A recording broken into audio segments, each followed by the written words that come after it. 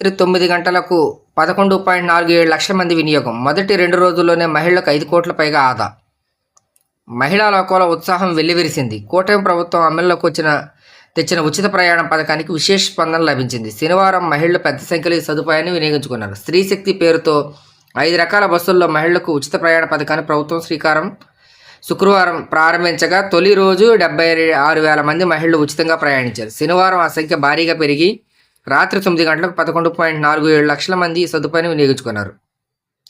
2 రోజులు కలిపి మహిళలకు ఈ పథకం వల్ల 5 కోట్ల పైగా లబ్ధి చేకూరిందని ఆర్టీసీ వర్గాలు తెలిపాయి. సాధారణ రోజుల్లో ఆర్టీసీ బస్సులో ఆక్యుపెన్సీ రేషియో సగటున 69% ఉంటుంది. సెలవు రోజుల్లో 60% నమోదవుతుంది. కానీ ఉచిత బస్సు ప్రభావంతో శనివారం శ్రీకృష్ణ జన్మాష్టమి సెలవులపైన 75% వరకు ఓఆర్ వచ్చింది. సోమవారం నుంచి 90% పైగా ఓఆర్ రావచ్చని ఆర్టీసీ వర్గాల అంచనా. ఈ వీడియో కానీ మీకు ఉపయోగపడుతుందనుకుంటే please subscribe my channel and పక్కనే ఉన్న బెల్ ఐకాన్ని క్లిక్ చేయడం వల్ల మా నోటిఫికేషన్స్ మీరు ముందుగానే పొందవచ్చు.